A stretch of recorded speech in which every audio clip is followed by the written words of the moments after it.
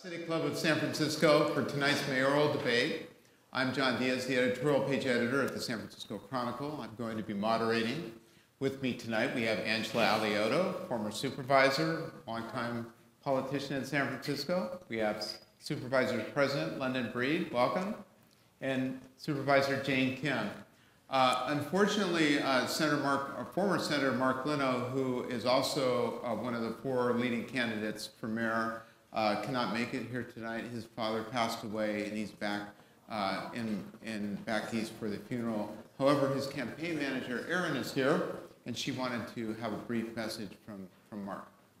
Thank you, John. Senator Leno sends his regrets that he can't be here. He was in Milwaukee today for the funeral service for his father. So just a brief statement on his behalf. Thank you to John and the San Francisco Chronicle, City Club, and to all those who helped bring us together tonight. I'm sorry that I can't be here to participate in this important discussion. Thank you to everyone who's reached out with kind words following my father's death on Friday.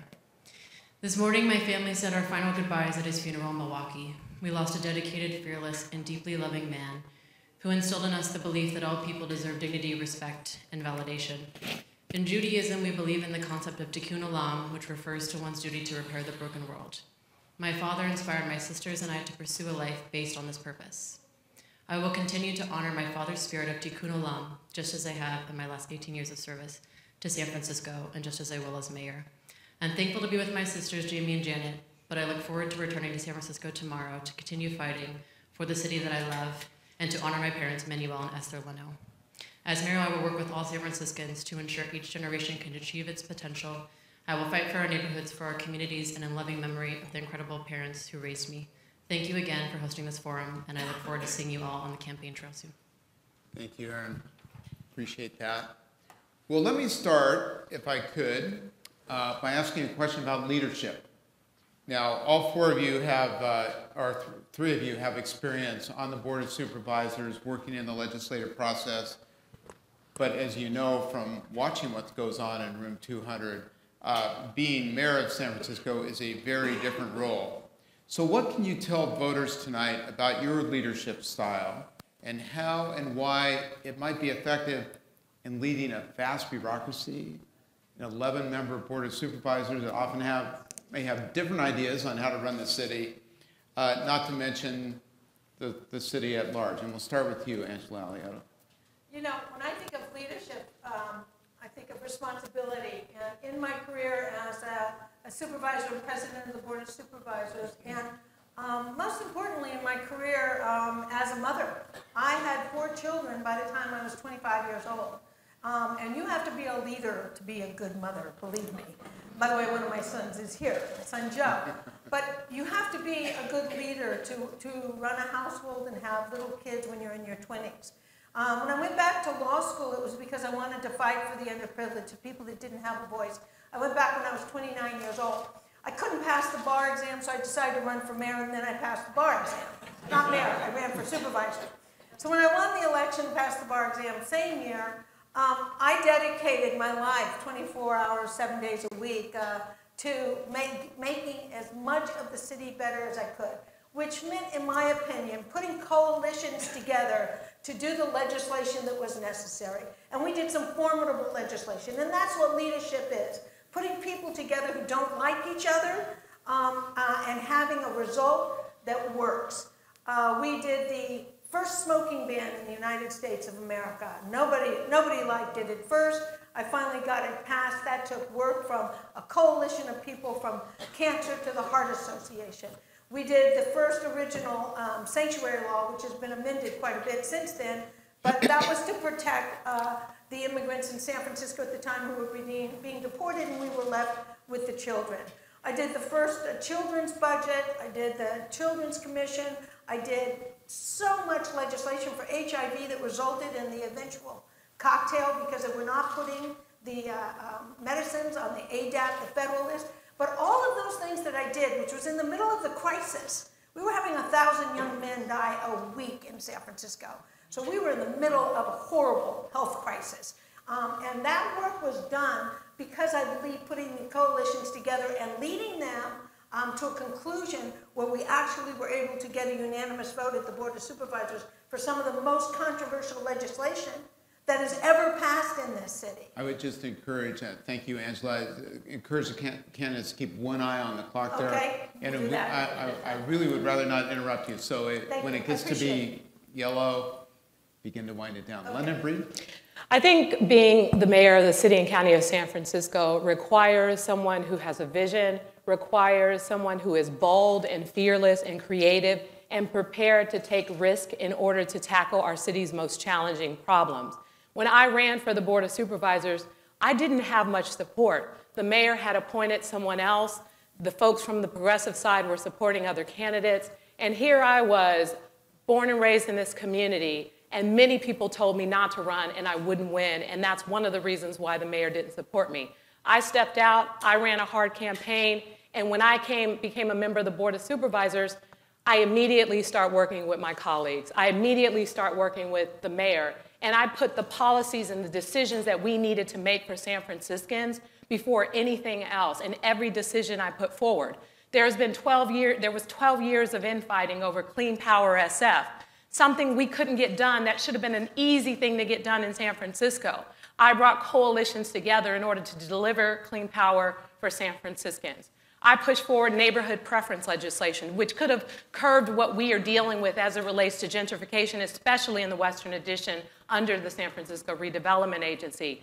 I was elected president of the Board of Supervisors twice by my colleagues because I believe in working together to solve problems. It doesn't matter if you're progressive or moderate. What voters and what people in San Francisco care about is someone who is going to do whatever it takes to get the job done. And I have done that time and time again as a member of the Board of Supervisors and as someone who has actively participated in my community. I've delivered the results that I think I know that I can deliver as mayor of San Francisco. Thank you, London. Jane Kim? I appreciate this question because I actually haven't always seen myself as a leader. Running for office, being a public servant has certainly been something that I have stretched to do. And over the last 20 years, I have been committed to dedicating my career to serving my community. I started out as a youth and families organizer, actually raising the leadership of young people, young San Franciscans in their neighborhood to fight for affordable housing, for public transit, and better parks. I then went on to serve on the Lawyers Committee for Civil Rights, where I did work around voter access and protection. And the jump actually to run for Board of Education 14 years ago was not an easy one for me, but I felt that it was so important that our communities, in particular our immigrant communities, our communities of color, had a voice in the Board of Education process, and that's why I ran. And I ended up really falling in love with my work. And over the last decade, I've really had the honor of serving our city and county, both on the Board of Education and now on the Board of Supervisors. I have worked to really lead on a number of big initiatives here in San Francisco. The first was to make San Francisco the only city in the nation to make community college free again for all of our residents, and expanding our social compact of what we offer our residents to succeed and rise to the middle class. I have negotiated and won more affordable and middle-income housing than any city legislator during my time on the Board of Supervisors. And I've done that by leading and by bringing community stakeholders and resident leaders into the negotiating room with me as we work to build projects that are really built for San Franciscans with more parks, more transit, and more affordable and middle-income housing. I also crossed the aisle to pass our minimum wage ordinance in 2014, working with the Labor Council and the Chamber of Commerce to get them in the room as we figured out how we could give a raise to our lowest paid workers here in San Francisco. And so both coalition building, but also being willing to go out there and work on big ideas and lose and win, I think is what leadership is about. Thank you, Jane. Well, since all three of you have kind of pushed the clock a little bit on the 90 seconds, how about if we go by this guiding principle, and I let you all run because Angela set the tone here. How about if we do this? When it gets to red, finish your sentence with as few commas as possible, okay? Okay, that would be the rule. Well, let me ask you a follow-up question about leadership. This time we'll start with you, Jane Kim. Part of being a leader is recognizing when you've gone on the wrong course and course correcting, and dare I say, at times apologizing, which certain leaders don't do, one I can think of at 1600 Pennsylvania Avenue, but that's besides the point. I want to ask all three of you who have cast a lot of votes, starting with you, Jane. What vote did you make in your career that you most regret that you would do over again? Oh, gosh. Oh, I have to think. I'm not sure I can think of a vote that I regret making on the Board of Supervisors because, policy making is in many ways a leap of faith. You take the information that you have and you make the best decision at the time, given the circumstances that you see. A vote I get asked a lot about is actually the Mid-Market Tax Exclusion, because that was the first ordinance that I authored on the Board of Supervisors. We were at the depth of our recession. I had spent the entire year door knocking in 2010. Similar to President Breed, I had no endorsements, no support from either progressives or moderates in that race. And the number one issue for San Franciscans at that time was jobs. And I had spent 4 years on the Board of Education cutting, literally to the bone, resources to our students in the classroom. And we're thinking a lot about how can we create more jobs, keep jobs in San Francisco. And so I did something that actually was really counter to my political philosophy, which is providing a tax exclusion to companies to keep them here in San Francisco. And we spent a lot of time working on it. I studied economic incentives throughout the state of California. And by the way, tax breaks typically don't work. But when you have an anchor tenant that can attract other tenants, like a Twitter, you can attract businesses and jobs to stay here. And we were incredibly successful in doing that with that ordinance. Now, after the ordinance passed, I had to follow up with a number of other ordinances to address the displacement that also occurred with arts and nonprofits organization. And so we set aside $4 million to support our arts and nonprofits to stay in the mid-market corridor as well. Thank you. Lyndon? Well, I would just say that when I look back at my record and some of the decisions that I made on the Board of Supervisors, I'm really proud of the work that I've done. I'm proud of the decisions I've made. I've actually went in and cleaned up legislation that was dated in San Francisco. We almost lost a location in my district, Free Gold Watch. They have pinball machine games. And because of some really dated laws, that location was actually going to close. And so I was really proud to go in, make the kind of changes necessary. And as a result, we've actually opened this place called Brewcade. It has arcade games. We opened the Emporium and other places in our city because when I was growing up in San Francisco, everyone thought that arcade games were the end of civilization as we knew it. You couldn't have them close to schools and all of these other things that existed. Things and times have changed. And so we have our phones are like games and computers and other things of that nature. But I'm really proud of my record. What I will say in terms of regrets, part of it is, in the past, I may have gone off on a tangent and used profanity here and there and done a number of things where I lose it. And what I have to realize is, this is not London Breed only. This is London Breed who represents 80,000 people. And so what's most important as I grow in this role is to make sure that I put the people first and really keep myself in check in order to move forward with the business of the people and what we care about most. I try not to allow my own self to get in the way of real progress and solutions. And so I have some regrets of the past in that regard. Angela? I really don't know a piece of legislation I was sorry I voted for. I really don't. I mean, I could go over it, but I really don't. I do know of several pieces of legislation that did not pass with my colleagues at the board.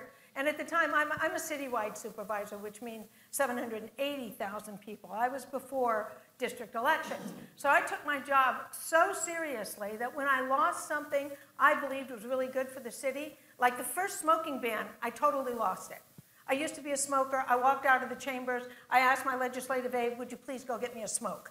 Okay? It was, how could we lose this? All these people are dying with all these diseases. How could we lose it? And I fought and went back and passed it 11-0. It's the first smoking ban in the workplace in the world. So I can think of about 10 different things that I started and my colleagues didn't agree with me on, but I'm so passionate about what I believe in. Like I took the Youth Commission to the ballot because my colleagues didn't think that kids from 13 years old to 24 years old could make any decisions at all. And I knew I was going home and my son Joe was telling me what to do. So I knew that kids should have a voice in our government. And I fought that. I lost it at the board. I took it to the ballot. We won at the ballot with 74%. I can think of things that I fought through because I'm so passionate about doing what I believe is right.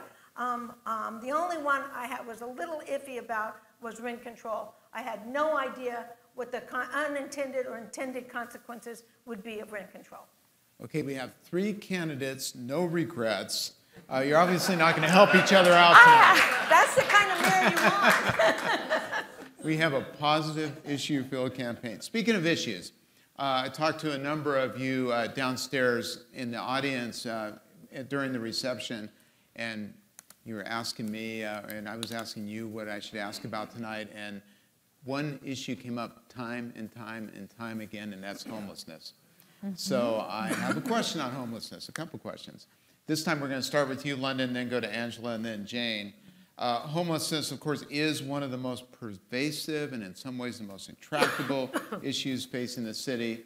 In fact, we had Salesforce CEO Mark Benioff talking with the Chronicle on last Friday, and he called it a crisis of prioritization. He thinks homelessness should be the #1 issue for the next mayor. And of course, he's not alone.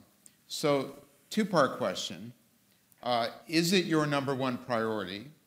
And if so, what is your plan to address it? And if not, what is your #1 priority? Start with you, London. So homelessness is definitely at the top of my priority list. I have a homeless platform on my website, londonformayor.com, and let me just talk briefly about what it says. I plan to make sure that when I become mayor, my first year in office, I will remove all of the tent encampments. Now, I know a lot of folks talk about bold and creative solutions and what they're going to do, and they come up with these platforms. But when I was acting mayor during that very short time period, I actually went out there and worked with our homeless outreach team, our medical professionals, the police department, and others, and we made so much amazing progress. We didn't just go out there and say, you have to leave. There was relationships that were developed, an understanding of the person who was experiencing homelessness, and what we could do to get them either into a navigation center, one of our single room occupancy, working with some of our social service agencies, and actually returning people through our Homeward Bound program, connecting them with their relatives in other parts of the country. I mean, the work that we've been able to do just within that short time period, because of the time we took to work on this issue every single day, I think made a significant difference. And just imagine if the mayor just makes this a priority within a year's time, what we could accomplish on this particular matter. I can go, 1.5 minutes is just not enough to tackle such a significant issue, but I will tell you that I will definitely make this the #1 priority and get the tents off the streets and make sure that there is no option to sleep on our streets. This is a public health and a public safety issue, and we have to be more aggressive and provide alternatives, and rejecting the alternatives cannot be an option. Not to worry, we will have more questions drilling down on this issue. Angela Alioto? I ran for mayor. I decided to run for mayor. A big decision for me. A big decision. I'm a civil rights trial lawyer. I have trials all over the nation fighting for people who have been discriminated against or who have blown whistles. And I have an incredible little law firm. But when I saw the tents south of Market on Alabama Street one night last August, I have worked 30 years of my life in homelessness. We did a homeless plan in 2004 that when it was adopted and applied to homelessness, we housed 4,600 chronically homeless people. Chronically homeless, 30% of whom were veterans. We housed them in permanent supportive housing. That is the key. And by 2012, we had housed 11,000 people, and all of a sudden the city defunded it and took the buildings out of the pipeline that we had master contracts on in order to put people in them.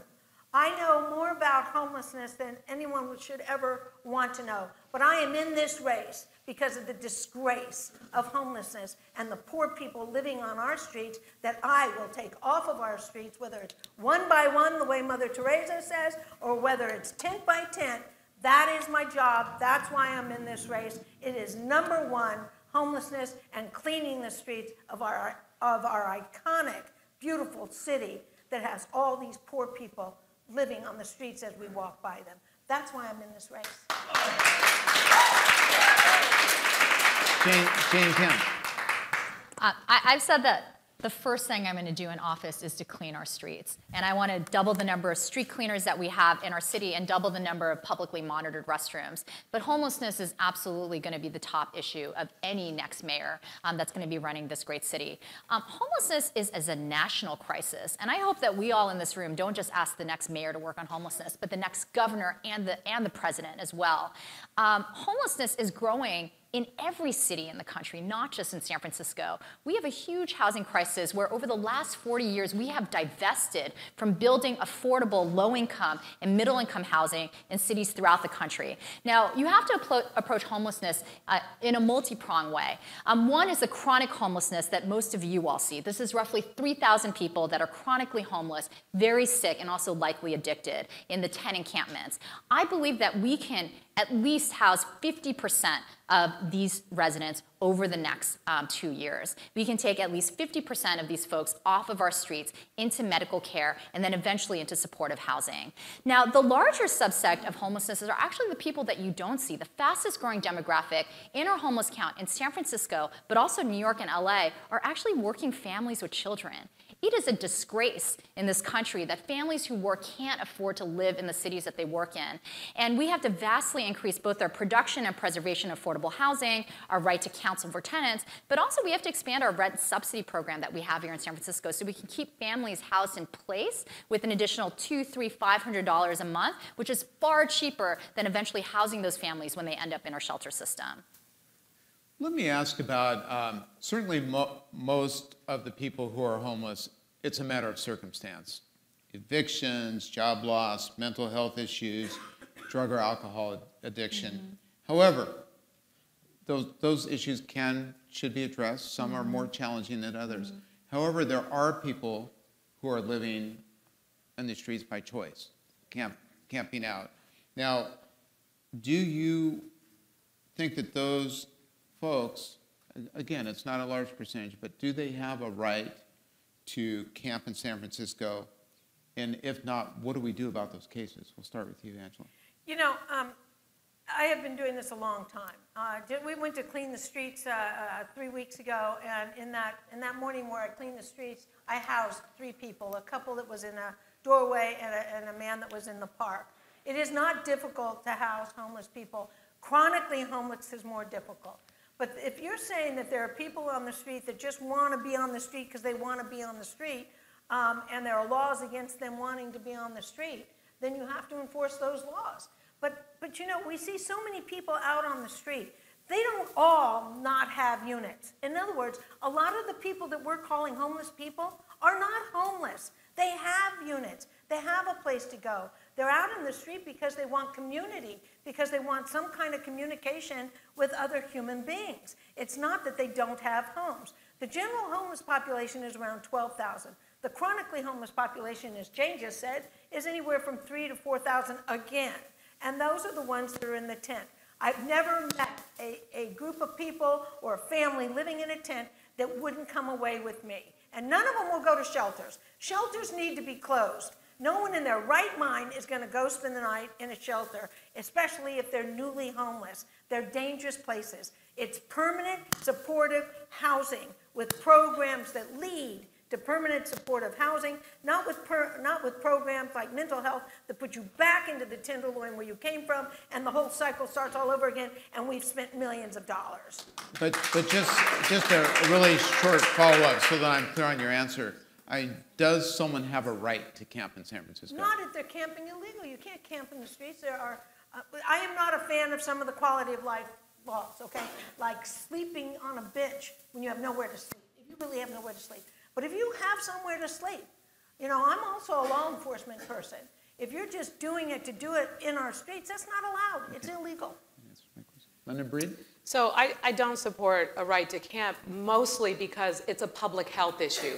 There aren't restroom facilities. People are defecating on the sidewalks. I mean, sadly, some of you might be aware of what happened in San Diego when there was a hepatitis A outbreak, and we could have had the same thing happen here had it not been for our homeless outreach team and our workers who were out there, the Department of Public Health, identifying those issues and helping to address those things head on. So it's not just about, you know, like, yeah, you would want someone who is a human being to have a place to rest, but we cannot allow people to be on the sidewalks, to camp out in tents and other things, especially if there are no facilities to support them. And that's why we have to do a better job with providing more housing. That's why we have to do a better job with also holding them accountable, because we're not just talking about camping, we're also talking about behavior and how some people behave in the streets and how they treat other people. It's why I'm pushing a plan to address this mental health crisis, not necessarily treat it as a criminal issue, but as a public health issue, because there are so many people out on our streets who are suffering from schizophrenia, who are bipolar, who have challenges, and they're not taking their appropriate medication. Those people need a guardian to make decisions for themselves. And one of the things that I'm proposing is we make changes to what we deal with conservatorships and mental health, and more importantly, we open more mental health stabilization beds like we just did to address that particular issue. Jane Kim. I don't think anyone believes that anyone has a right to tent on our streets. That's just not a tenable position from any standpoint, and certainly not a public health standpoint either. What we need to do, though, is provide a place for people to go, because what is also not a tenable policy is sweeping away one encampment and then just having them move to the next corner the next day, which is what happens when we do these sweeps. So we absolutely have to, and this is probably where I disagree with Angela, I think we do have to provide more shelter beds. There has to be a temporary transitional place before we get people into permanent housing, because it is so expensive for the city to eventually get people into permanent housing, which is the long-term goal. But people do not have a right to intent. We also need to provide more medical services. I think the city has failed in addressing homelessness as a public health crisis. We have largely, over the last couple of decades, treated homelessness purely as an economic and poverty issue. Our homeless shelters are built for people who are just down on their luck. People like me, able-bodied, mentally well, but all I need is a bed and a roof over my head. That's not who's coming into our shelters today. People are far sicker and far older than, frankly, that we realize. And so I fought to get full-time nurses in all of our single adult homeless shelters. And this past December, I opened a new medical shelter in my district in the South of Market. It's only 75 beds, but it's a shelter staffed by nurses, clinicians, and psychologists, because I learned that actually if you were really sick, we kick you out of shelter because we don't want to be liable for you. And so we need to expand our public health support services for those that are mentally ill. But I just want to finally say I've never met a person that wasn't willing to get off the street if you provided them the right services. Gina, I wanted to follow up on a point that you made about one of the challenges that the city has is where do you place people? And certainly there's been controversy with navigation centers. You know, neighborhoods don't want it. So in your view, what areas of the city are best suited for navigation centers? And what makes an area a good or bad place to put homeless folks? So I think we as an entire city have to address homelessness, and certainly the district that I represent has almost every single adult homeless shelter and 2 navigation centers. And so I do think that every neighborhood has to do their part in addressing homelessness. What I would like to offer neighborhoods that are willing to take a shelter is that you'll get additional footbeat police officers. You'll get additional street cleaning services if you accept a navigation center in your neighborhood. But the thing that I do like about Navigation Center, at least how it was initially built out, was actually then homeless czar Bevan Dufty actually went out on the streets and said, what would get you to come into shelter? And what we heard was 4 things. One, I'd like to come with my girlfriend or boyfriend. I don't want to be separated. 2 was I'd like to come in with my group of friends because we are a community together. 3rd, I'd like to come in with my dogs. And 4th, actually, sadly, was wheelchairs. Our homeless shelters are not ADA accessible. And so the first navigation center was built just for those categories of folks. And I just, one success story I'll share is my then captain of Southern Station came to one of our encampments down at 280. There's about 15 people living there. And he said, hey, we have 15 beds. I'm going to come back in a couple of hours with pickup trucks. We're going to take you all to the navigation center. And the most amazing thing happened when he came 3 hours later. It grew to 45 people. They all wanted to come into the navigation center because it was actually built in a way that responded to their needs. And that is part of what we need to do. For anyone that's ever tried to build a roof deck in your home, and gone through the bureaucratic process of the planning department, can you imagine what it's like for a homeless individual interfacing with us? We have not made it customer service friendly, and there are ways to bring people off the streets. London? So can you repeat the question? Yeah, the question was about navigation centers.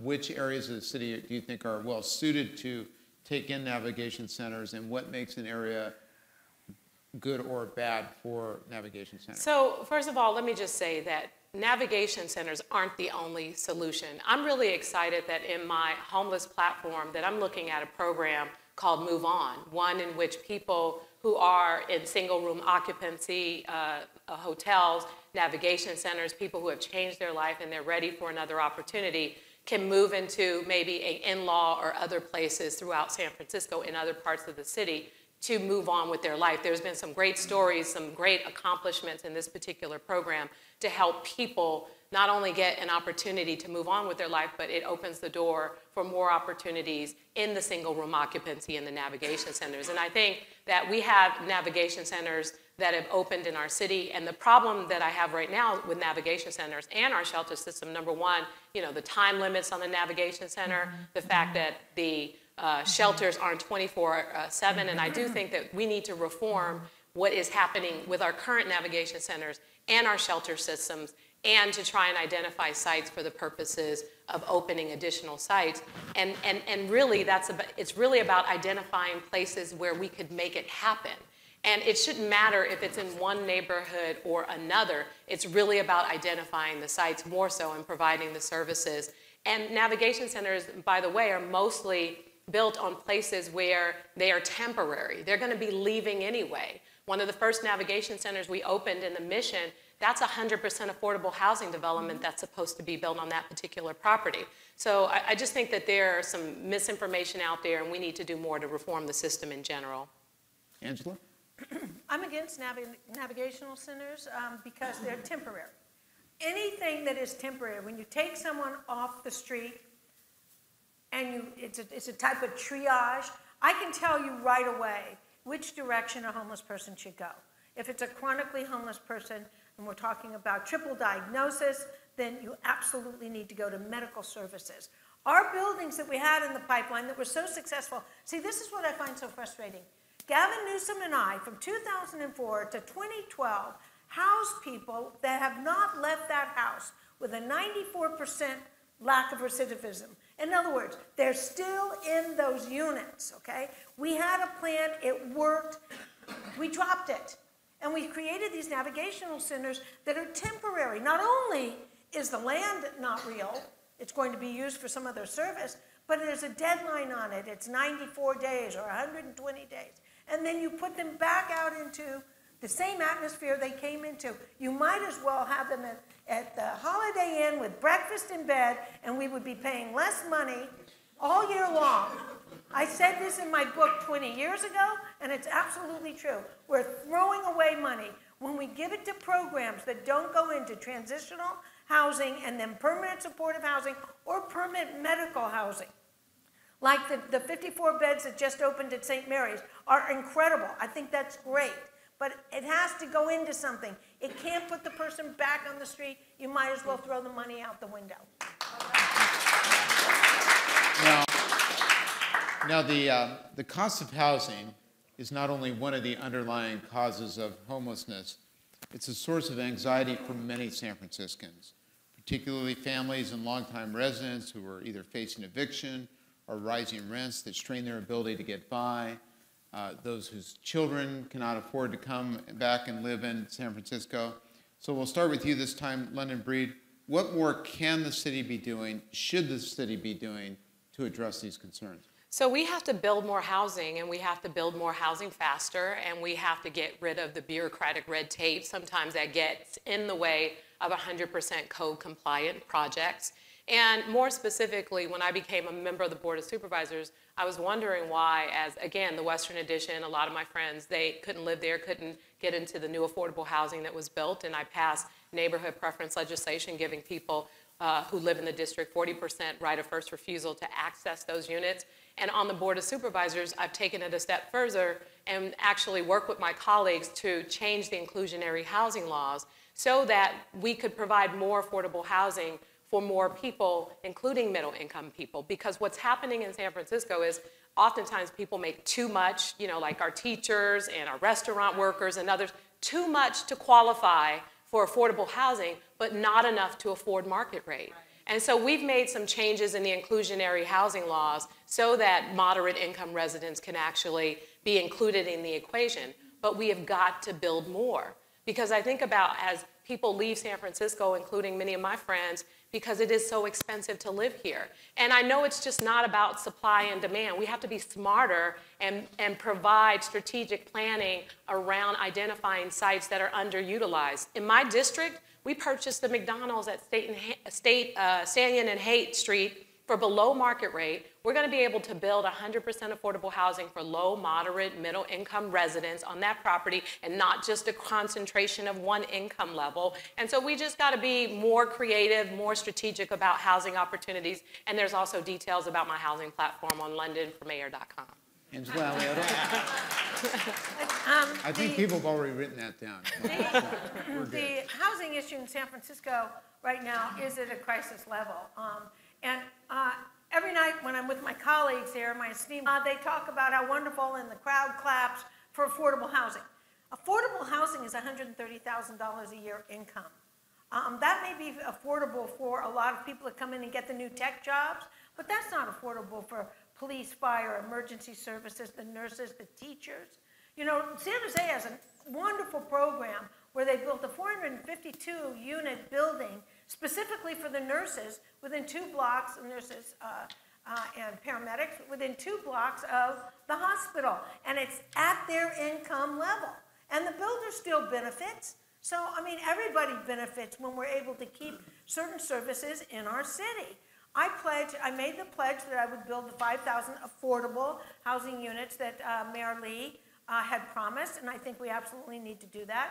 But I also just voted for, at the DCCC, for a 315-unit building that everybody fought in the middle of the mission that is going to house 315 people with more than 50% affordable on-site, off-site, but everybody fought it. So we're out there with this horrible crisis where people cannot afford to live anywhere, but when it comes to trying to get the place for them to live, everybody fights it.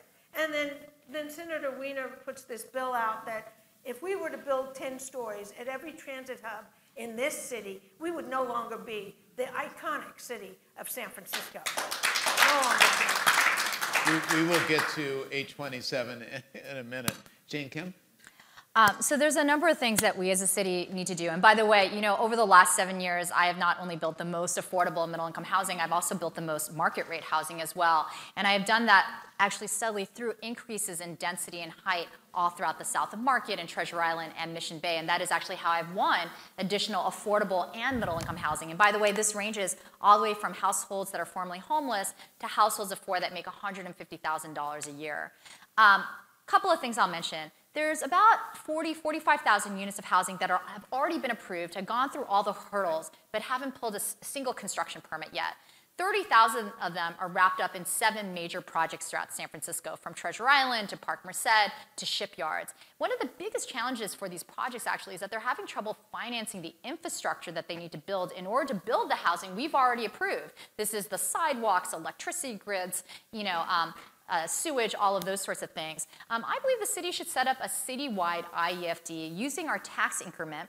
Either our property tax values rose 10.6% just in one single year, and use that to create an infrastructure bank so we can build the infrastructure so the developers can build the housing that we sorely need. 2, I'm a huge fan of our accessory dwelling unit program. We actually have doubled the zoning of single-family homes all throughout San Francisco. And those units, by the way, cost less and can be done faster than all the high-rises being built in the district that I represent. And we should do that by streamlining the process for homeowners, consider a tax rebate for 5 years from homeowners who do participate, and then finally, make sure that we have a consistent design guideline so that planning isn't approving one and then rejecting the other from the same architect. And then finally, we have to do more than the 5,000 a year that we committed. If we do nothing today, we will build 5,000 units of housing every single year. We have to streamline the approval process post-entitlement and work with PUC and Public Works and MTA to make sure that we're helping developers who've gone through all the hurdles actually build their projects and build more housing here today. Wanted to ask about what has become really one of the most controversial issues in this city in terms of development, and that's Senate Bill 827 by State Senator Scott Wiener from San Francisco, which would basically compel cities that have not been building sufficient levels of affordable housing to basically compel them to build mid-rise at transit hubs. Jane Kim, when you were at our editorial board, you were quite critical of what you saw as a loss of local control. I don't know if you saw, Scott Wiener has put out a piece that was like one-page single space on all the local control that is preserved. Does that satisfy your concerns, or are you still opposed to Senate Bill 827? So I have done a tremendous amount of upzoning, meaning increased density and height in the district that I represent. But when you do what we call increased density and height, you're conveying value to parcels. So if I allow you to build 1 more floor or 10 more floors, I'm basically giving you money because that's 1 or 10 more floors of units that you can sell or rent. So when you give developers more value, you gotta ask those developers to share that value back with the community, either by increasing their impact fees for transit, open space, schools, or by building more affordable and middle-income housing. And what I really don't like about SB 827 is that we confer value without asking developers to do anything in return. It is a giveaway to developers. We are enriching the pockets of developers who are already doing extremely well in San Francisco without asking them to do anything in return for San Francisco. Second, I really support our local entitlement processes. I have never had a development project or an area plan that did not improve through a local process with community input and feedback on how to build a project that works for our neighborhoods and for our communities and is building what we want to see. When you take local control away in Sacramento, you're building kind of without kind of any insight on what that community is. And what I would prefer Sacramento to do, so let's talk about a solution, right? So let's not just complain about SB 827. What can Sacramento do instead? How about give us more money to build affordable and middle-income housing in San Francisco? We have a huge crisis in the Bay Area. Give us more funding to build. And second, if you'd like to see regions throughout the state of California build more, link more state grant funding to production of housing and then have us figure out how to build that housing. London Breed, you've been more supportive of Senator Wiener's bill. So a couple years ago, I introduced neighborhood commercial transit district legislation in my neighborhood for the Divisadero and the Fillmore corridor. It didn't increase height, it increased density so that more units could be built on the same footprint. It was a creative solution to provide more housing, and it involved being around transit corridors, but it was more defined in terms of a transit hub, 3 or more significant lines and other things. And I think Senator Wiener and I have been in close discussions about making significant amendments to his legislation. And here's the thing, I understand that it is not perfect legislation. I understand that it is pretty extreme and in some instances it goes too far. But I do think that what it is trying to accomplish is to push the region to build more housing and to build more housing faster and to think of transit corridors as a location for the purpose. Now, there has to be some amendments. Specifically, sound housing cannot be demolished like we did in the Western Addition under the redevelopment agency. He's making amendments into that regard. There's also the local controls still exist. When you increase the number of units, you immediately increase the number of affordable units that are required by our inclusionary housing laws. And I do think that we need to be open-minded about the possibility of doing more in San Francisco as it relates to building more housing, especially when you think about, as someone who grew up here, again, who's watched so many people leave, who's watched people who have raised children here say, I'm sad that my kids have had to leave the city that they want to live in. Part of that is we have not done our part with housing production in San Francisco. I don't want to destroy San Francisco and the beautiful city that we all love and adore, but we can get creative, find solutions through this particular bill, make the appropriate amendments, and identify sites like I did at the McDonald's site at Hayden Stanton to build more housing. Well, Angela? If that bill gets anywhere near passing in any form, it will destroy who we are as a city. First of all, you do not give away a power. You don't give away your zoning powers to the state of California. The idea that the people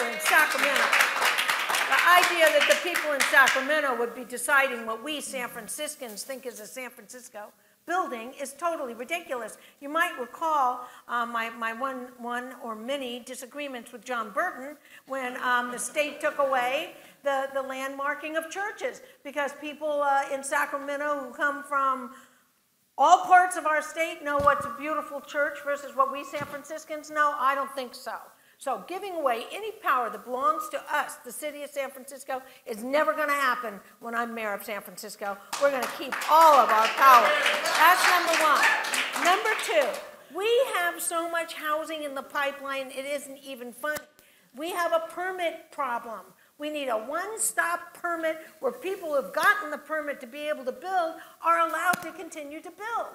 I met this gentleman who has an empty lot with a hole in the ground. He's been working on it for 10 years, and he can't get the ending permit in order to complete the 40 units or the 50 units that he was told he could do. It's a permit problem. But if we allowed 10 stories, 8 stories on every single corridor in this city, we will lose the soul of San Francisco completely.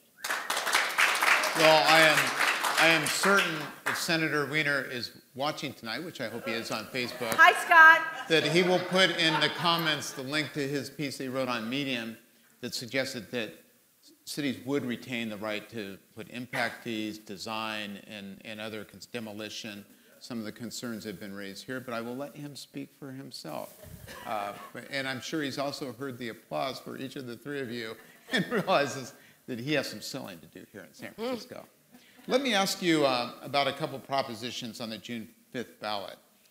Where do you stand on Proposition C, which would raise commercial rents to fund child care, and Proposition D, which would raise commercial rents by a lesser amount to fund affordable housing?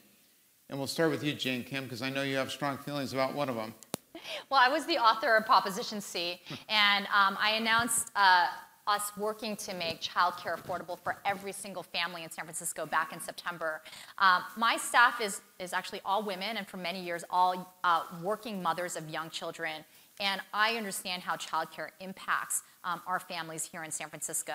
And so we went forward to put together a very ambitious proposal to make San Francisco's single largest investment in early childhood education ever. We are going to make childcare affordable for every single family. And so we spent some time looking at revenue sources, and we decided to pick actually commercial gross receipts, which is a tax on commercial landlords, office landlords, on the rent that they make by renting out to offices, because they pay one of the lowest tax rates in the country. They pay 0.3%. And to put that into perspective, New York City is about 4 to 6%. So we are putting together a 3.5% tax increase. We exclude, by the way, landlords that make $1 million or under. So we're really looking at landlords that make $1 million and above here in San Francisco. It's going to raise $140 million, and it will do three things. One, it's going to wipe out the 2,500 low-income and homeless families that are on the wait list for childcare today. In year one, they will all get childcare. Two, for the first time ever, we're going to provide subsidies to middle-class families that make up to $200,000 a year so that they can afford childcare here in San Francisco. And finally, we are going to raise the wages of our childcare workers, 82% of whom are women of color and immigrant women, because they make poverty wages. They make on average $26,000 a year here in San Francisco. So I'm fully supporting Proposition C. Thank you. For those who are watching at home and wondering how this works, or even watching here, whichever, if they both pass, the one that gets the most votes will prevail. So let's go to you, Angela Alioto. What's your feeling on those two measures? I'm for Proposition C, and I think Jane's done a wonderful job with it. And childcare is extremely important, especially for people to be able to keep their jobs in San Francisco and to afford to have families. You know, I have a family. San Francisco's lost its families. It's something like 14%. That's a shocking rate. So I'm all for Proposition C. Now, this is going to seem strange to some people. I'm not for the other proposition. I don't think we need to put more money into homelessness. I think we need to appropriately spend the over $300 million that we are spending. We need to use it the right way. We need to stop giving programs, whether it's a mental health program, a substance abuse program, a drug rehab program, you name it, any program that puts the person, I'm going to keep saying this, back into the street we should not be funding it. It's millions of dollars. If they're going to put them into transitional and permanent supportive housing, great. But when I did the 10-year plan in chronic homelessness, we got more federal funding than any time in the history of the city and county of San Francisco. You go to DC, you advocate, and you get it. It's going to be a lot harder now with the person we have there now. No question about it. However, there are some reasonable people in the Veterans Affairs, in the post office. You would be surprised with the amount of agencies that deal with homelessness. There are 37 agencies in the United States federal government and 27 in our local government that deal with homelessness. That's where it has to be addressed, and that's where the money can be saved. Okay, we have 2 yes on C's. London, your turn. So I'm a supporter of Prop D. I helped during the very short time as acting mayor to put it on the ballot, and I'm really excited about what it provides. We sat down and worked with the business community to just say, look, we're going to be taxing you. This is what we're going to do. This is a fair and reasonable tax, and we're going to use it for a purpose that we all know is important, housing for all. It's not just about housing for homelessness. It's about the opportunity for housing for middle-income families. Specifically, when we build on a site like the one at McDonald's on Haight and Stanton, typically we can only build for 55% of AMI and below because of the subsidies and the federal tax credits. So that's why a lot of these projects are usually for one income level. We need a funding source to help build more affordable housing for middle-income residents. This is a housing measure for all San Franciscans, for different income levels, for seniors, to purchase small sites. This will help us when people are in rent-controlled buildings and they're potentially going to be sold. This gives us an opportunity, especially if they're filled with seniors or low-income residents, to use these dollars to purchase those sites to keep them affordable. So it's unfortunate that this has become the political issue of the mayor's race for the purposes of people who want to get elected to be mayor. It shouldn't be that way. The fact is we have a housing crisis, and we need to be creative with solutions to build more housing. Yes, we have a lot of housing in the pipeline, but we just talked about how there are issues around financing and infrastructure and other things that exist. You know, we can't stop the process of looking at opportunities to do more and do more faster for all San Franciscans and not just one income level. Because if we don't build more housing, we won't have families who need childcare who live here. Let me ask about another measure on the ballot, and that's Proposition F, which would guarantee any tenant who's facing an eviction an absolute right to a city-paid lawyer. Doesn't matter how much money this tenant was making, doesn't matter what the circumstances for the eviction. We'll start with you, London Breed. What is your position on Proposition F? So I'm supporting Proposition F, and I'm actually, you know, it's unfortunate that Proposition F even is at the ballot. It's going before voters because at the Board of Supervisors, we can pass it by an ordinance. I helped to introduce the legislation where we are going to pass a right to civil counsel by ordinance even before this ballot measure hits the voters. And so I support it, and let me tell you why. I represent District 5. There's not a day that goes by that someone doesn't come to my office in search of assistance because they're about to be evicted. And oftentimes, it's too late. It's too late. 69% of the people who end up homeless on our streets were actually housed before they were homeless. The best investment we can make is doing everything we can to try and keep people housed on the front end so we're not paying all of these costs for homeless services and other things on the back end. And so I am supportive, and I think we have to be very responsible about there's no dollars attached to the ballot measure, but when I am mayor, I will do everything I can to make sure that it's funded. But it's basically a blank check because it becomes a right for a tenant. Correct? So, I mean, even though there's no dollars attached, you're going to have to come up with the money. Well, not necessarily based on how it's written, but I am making a commitment to be clear. My commitment is to come up with the funding source to help support it. Jean Kim, your view on Prop F? I'm also fully supporting Proposition F. It was actually an ordinance that was passed in New York City first, and we're now the second city to go to the voters with it. The vast majority of tenants do not have an attorney in their eviction proceeding. I think the number is about 80 or 90%. It's a very stark number. But when they have an attorney, in the case of unfair evictions, they win the vast majority of the time. We have seen an increase in the number of people sleeping on our streets that say that they are homeless because of eviction. We saw that increase between the 2015 and 2017 homeless count. So we know that evictions are part of the reason that we are seeing an exacerbating homelessness crisis in San Francisco and actually in cities throughout the country. A right to counsel is going to help tenants that are facing unfair evictions or evictions that are spurred by greed or speculation and keep them in their home. And we will actually spend far less money keeping people in their homes than providing for them when they end up on our streets. Angela Alioto? I'm all for Proposition F. As a civil rights lawyer and as someone who has fought and won the Ellis Act's eviction, you know, when you evict someone from their home and they've lived there 40 years and they've paid their rent every month, and because the building is being sold, they don't even have the opportunity to literally die where they lived.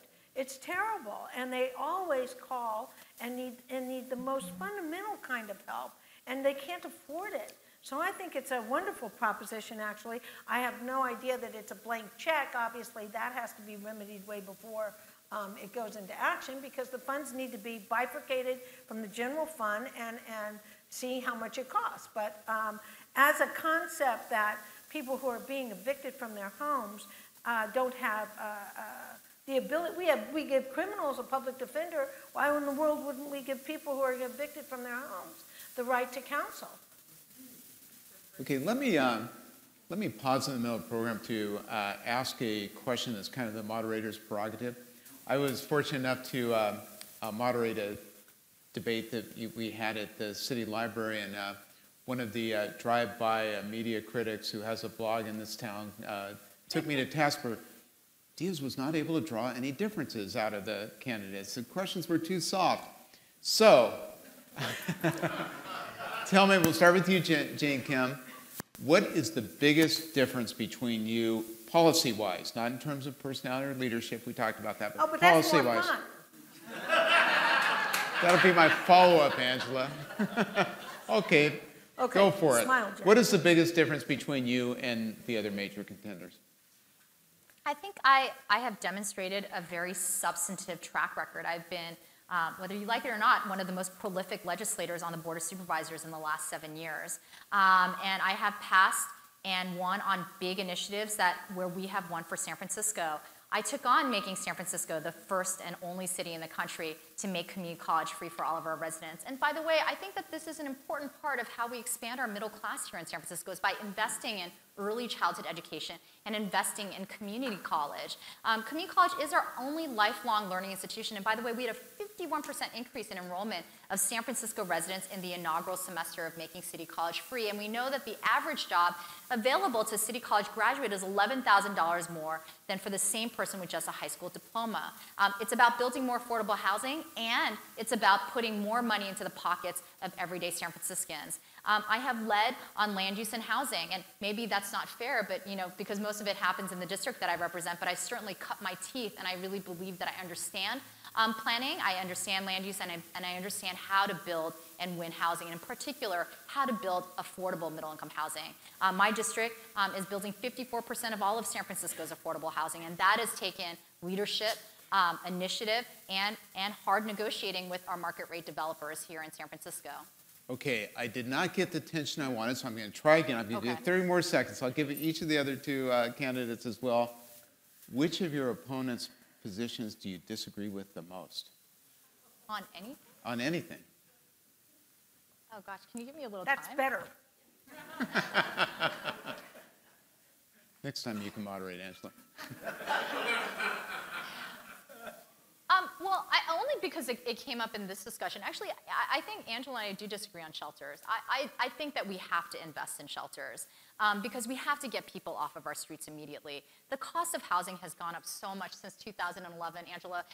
I mean, SROs cost like $300 to $600, 10 years ago. They now cost over $1,000 a pop. We as a city are having a hard time funding permanent, stable, affordable housing with supportive services. And by the way, I agree with Angela that it must be done in the long term, but we're not going to get people off the streets quickly if we don't invest in shelter beds. And by the way, they are very expensive. That is why the city has not invested in temporary shelters, because it does cost a lot per individual. But if you want to see a difference on our streets over the next couple of years, if you want to see 50% of chronically homeless individuals come off our streets, I believe we're going to have to invest in more navigation centers and shelters. But I want to say that it's a respectful disagreement, because I really do admire the work that Angela has done around homelessness. In fact, the $300 million budget that she was referring to, 60% of it is actually the people that you no longer see on our streets. It's actually the work that she did with Gavin Newsom, is actually housing people that we no longer see. So it's really only $100 million that's servicing 17,000 people that interface with our homeless services system every single day, and it's just not enough. Angela, you like the question, so you get to go next. Well, can I disagree with that just a little bit? Because when you're talking Please. about Yes. when you're talking about $100,000, $100 million, sorry. I mean, 100 million. Yeah, I know. I had to remind everybody what $10 billion means one night at a panel. When you're talking $100 million, you're not including how much our fire department pays for homeless visits. You're not, and it's huge. Police department, emergency services, all of the extra interdepartmental amounts, you're not including that in this $100 million amount. But having said that, we disagree. I am endorsed by the Police Officers Association, and I'm very proud of that. I have been kind of blown away by the lack of total respect for our police officers. I believe they're there to protect and to save and to help us. Of course, I come from the era where my father was the mayor of San Francisco, and the tax squad lived in the living room. I mean, we had the Zodiac, the Zebra, the San Quentin 7, the Candy Bombers. I mean, terrorism, right?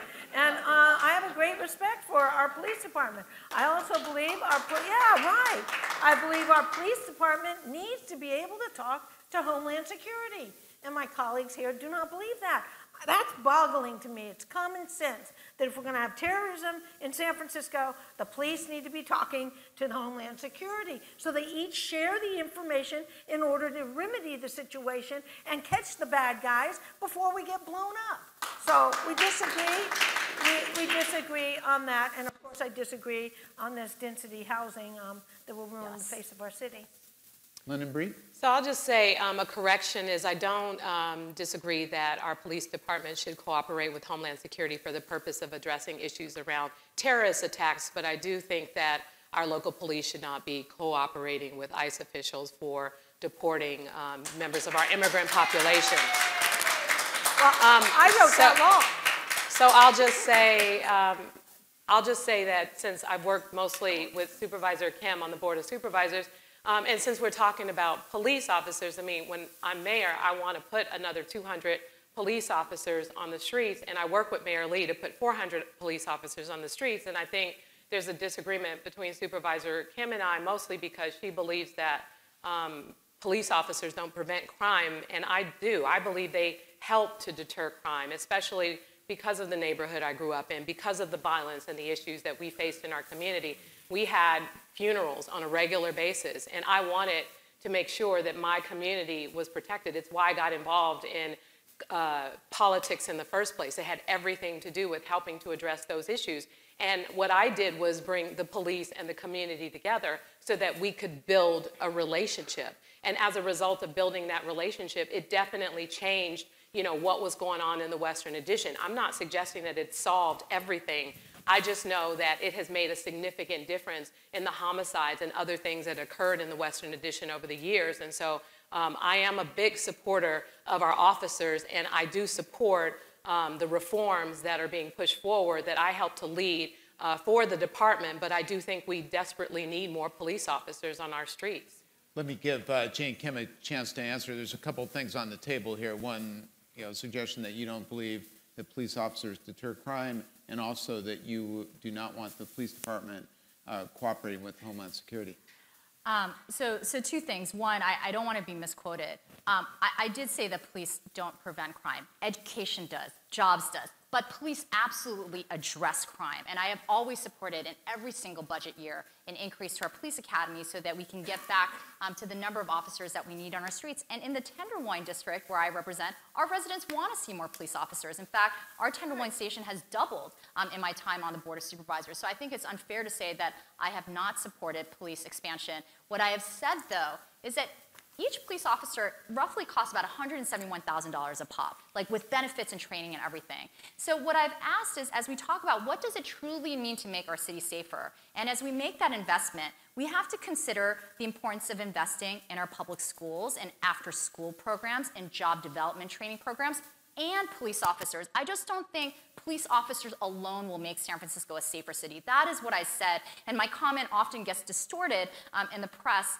when I've made that. Now, the second comment about cooperating with ICE, cooperating with Homeland Security. I was the author of the Safe San Francisco Ordinance back in 2012.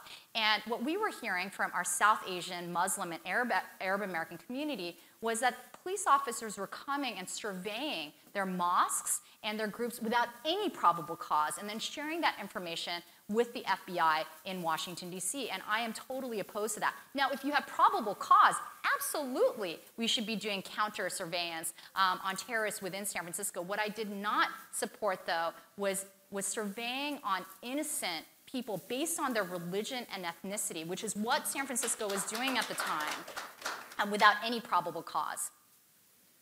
While we're on the subject of public safety, I want to ask about tasers. We'll start with you, Angela Alioto. Do you think the Police Commission struck the right balance in terms of its new guidelines on tasers, or do you think it should be more or less restrictive?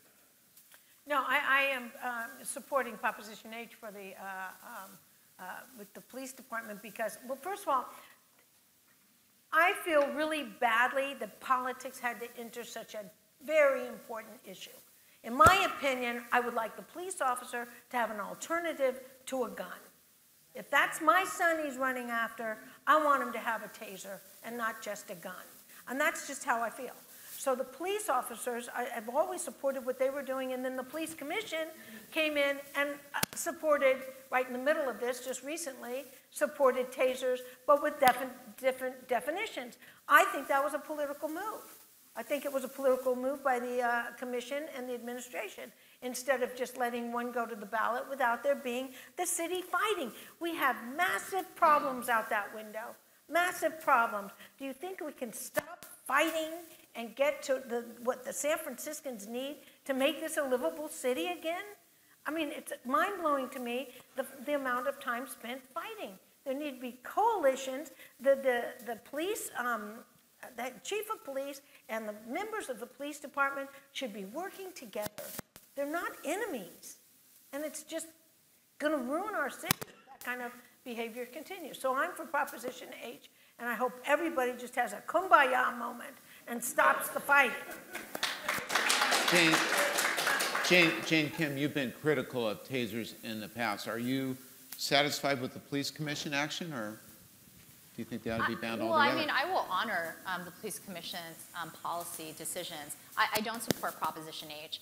I don't think that this type of decision should be left to the voters via the ballot box, because anytime we want to change it, we have to go back to the voters. And I think that that is best done via the local ordinance-making process and the police commission. I'm hesitant about tasers. I'm hesitant to give another tool to police officers when we are still working to fully implement the Department of Justice reforms. And when a police officer walks down the street, not everyone feels safer when they see them. That is just the reality in our city today. And as we build that trust and that relationship with all of our communities, then we should have a conversation about adding another tool to the toolbox. And what also, makes me hesitant is that we recently had 2 taser incidents in Daly City and Oakland, and both those victims were killed via taser. So it's not always the case that tasers save lives, and I think that we have to really study this before we fully implement it. London Breed. Yeah, I don't support the proposition, but I do support the use of tasers by our police department. I don't believe that we should handle complex legislative matters that may need changing at the ballot box, mostly because we are in the middle of implementing 272 recommendations by the Department of Justice under the Obama administration that also recommends tasers as an option. And so as we move forward, we've actually implemented half of those recommendations. And as we move forward, we need to be able to make changes on the commission level rather than go back to the voters to make those particular changes. And so I just think it's a bad idea to do something like this at the ballot box, because when we need to implement procedures or training or make adjustments because of situations, then my concern is needing to go back to the ballot box. And so I think that we definitely need to continue to work with the commission and provide the right kind of structure. And as mayor, there will be no one who would be more adamant about pushing for the kinds of reforms and robust training necessary to implement them appropriately. We'll start with you on this one, Leno. Mayor Mark Farrell recently sent a letter to the Democratic National Committee saying that San Francisco would be very interested in hosting the 2020 Democratic Convention here. I wanted to get your thoughts. If you are elected mayor, the request for proposals would be due sometime this summer. Do you think, would this be something that you would advance? And given the history of America's Cup and the Super Bowl, does that make you more or less inclined to bid for a big event like this? So I think San Francisco, we're an incredible city. We're a world-class city. We generate millions of dollars annually because of our tourism industry. And I do think that we should be open to the opportunity to put in bids for great events, the Democratic Convention or anything else for that matter. But as mayor, I would want to understand the numbers. I would want to understand what we're putting forth, what we're responsible for doing before making a decision for something that would potentially require us to put up money for that particular purpose, and what do we stand to gain as a result of it. So, and that would require time, and that would require looking at the dollars and the estimated dollars in terms of our hotel industry and the hotel tax, as well as our restaurants and other things that stand to benefit. What does that mean financially for San Francisco before a decision is made to go after something of that nature? Jane Kim? The America's Cup is probably not the best example because we've done a fiscal feasibility analysis and it brought in far less money than what we spent to host the event. I have to agree with President Breed. We have to look at what the cost of putting this event on. By the way, on a personal level, I'd be very excited to host the Democratic Convention here in San Francisco in 2020. But we should examine what the cost of the city is and, of course, what the benefit is. And if it's something that is going to generate revenue for our city, we should go ahead and honor that support for proposal. What I think we saw with America's Cup is that the audience wasn't quite there for a sailing competition as we had anticipated that it would. Democratic Convention actually has a lot of is a much more studied or tangible thing that we can look at to see how it happened in Philadelphia, how it happened in San Diego, and figure out how we can make sure that the cost doesn't overrun the economic activity that will generate from hosting it here in San Francisco. Angela? I think it would be wonderful to have the Democratic Convention here. I just have learned throughout this campaign that we have welcomed, for example, the tech industry, which I think is extremely exciting, great, just wonderful. But they came without a plan. There was no infrastructure. There was no study of the sewers. There was no study of the pavement, no study of the streets. Uber comes in with 60 to 70,000 cars a day, and they don't even pay taxes. And they're doing business in our city. They need to be taxed. They need to be taxed to fix our streets. But the point is, they need to give back to what matters to San Franciscans. So I would love for the Democratic Party to come here if there is a solid plan, like London just said, that has, where you know the cost, you know what we're going to have to spend, you know what the private industry is going to spend. As a matter of fact, we have so many billionaires in this town, I think it'd be wonderful if they paid for it. Sit down and talk. I mean, seriously, they always want to give. We just need to tell them what to give to. Because our small businesses are dying. Our small businesses are the backbone of San Francisco. And if the Democratic Party is going to come to town, our small businesses have to benefit. So I want a plan. I noticed not everybody was clapping. We may have a billionaire or two in the audience. Well, that's great. I love billionaires, but we need to talk. Great. Well, this has been a terrific discussion, and we have reached the point for closing statements, and we'll go in reverse order from the opening. We'll start with you, Jane Kim. Well, I want to thank everyone for coming out today. It has been, this is now my 6 races for office. And it has really been astounding to see how engaged San Francisco voters are on the next mayor. I am running because there is still so much work to do here in this great city. We are increasingly becoming a city of the rich and the very rich and the very poor. And we are losing our middle class. The middle class in 1980 in San Francisco made it 45% of our population. It has declined as of 5 years ago to a third. And I'm sure even over the last 5 years, we've seen it decline even more.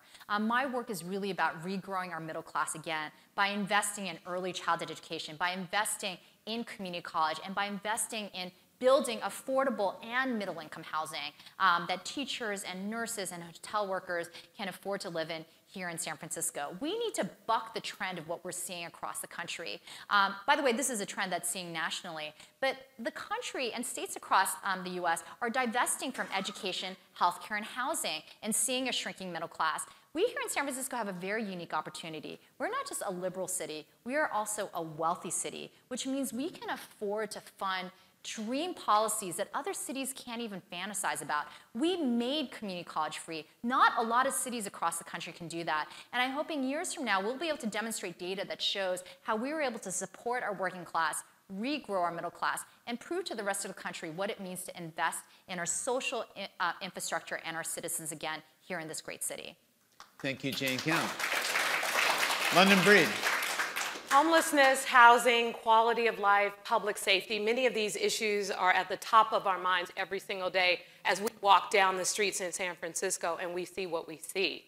For every 8 jobs we created between 2010 and 2015, we only created 1 unit of housing.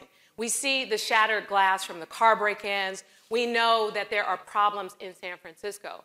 The way that we address these problems is someone who is bold, fearless, and willing to take the kinds of risks necessary to make the hard decisions to get the job done.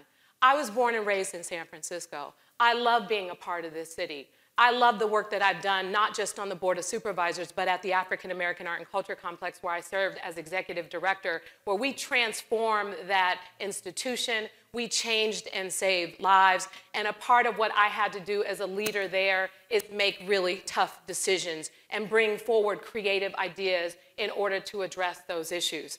This is what San Francisco needs in a mayor, someone who is prepared to propose those ideas. Yes, safe injection sites are very controversial, but we know by opening 1 site, we could potentially save $2.7 million in hospital visits, in cleanup of the needles on our streets, and we could potentially save a life.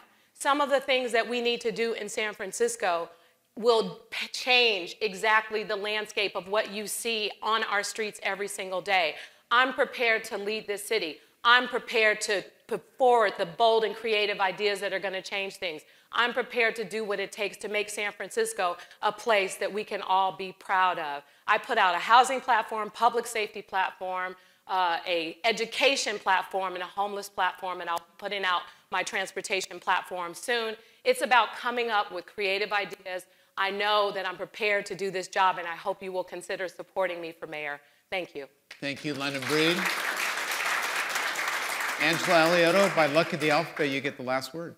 Isn't that great? It's like a closing argument, my favorite thing to do. You know, I ran for mayor of San Francisco this time because of the condition of the city.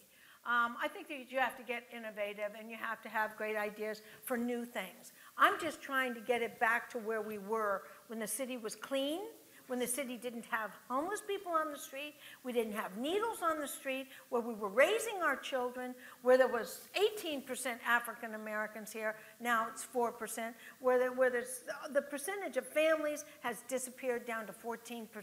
I want a San Francisco I know. I don't know this San Francisco.